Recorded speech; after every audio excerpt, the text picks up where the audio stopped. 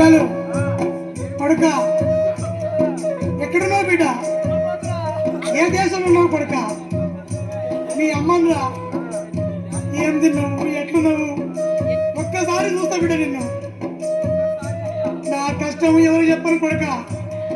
పొట్ట చేత పట్టుకొని పోతివి, తిరిగి మళ్ళీ రాకపోతివి.